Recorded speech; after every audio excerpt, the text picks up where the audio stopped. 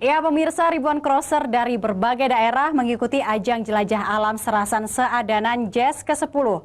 Event tahunan diselenggarakan Pemkab Oku Selatan ini selalu ramai peserta untuk memacu adrenalin dengan hadiah utama mobil.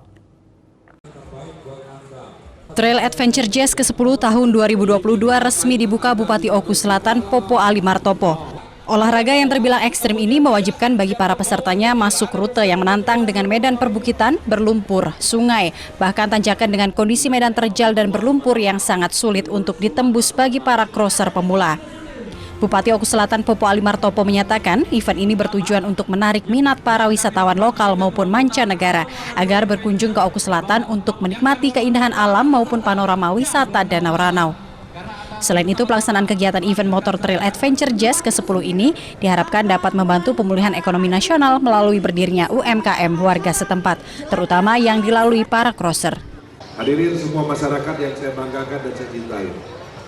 Terima kasih atas semua dukungan semua pihak, terutama rekan-rekan Forkompinda, Pak Dandim, Pak Kapolres, beserta jajaran yang telah mensupport, termasuk dari DPRD, sehingga kegiatan Jazz 10 ini bisa terlaksana.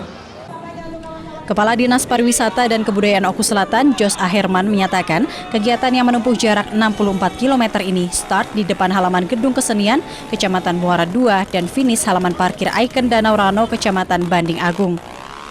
Setidaknya 4 kecamatan akan dilalui para crosser dengan medan yang cukup ekstrim. Saat ini sekitar 64 km kita melalui 4 wilayah kecamatan, yaitu Kecamatan Muara II, Buaya Rawan, Buaya Pematang Riku, Ranau Tegah, kemudian finishnya di Kecamatan Banding Agung, tepatnya di ikon Danau Ranau ini. Untuk ini sendiri jalurnya bagaimana, Pak? Untuk jalurnya ya bisa dikatakan ekstrim. Peserta sudah bisa melaksanakan kegiatan tersebut. Panitia juga telah menyediakan hadiah khusus untuk para crosser yang mampu melewati jalur tanjakan berhadiah motor yang cukup ekstrim dengan ketinggian mencapai 25 meter lebih.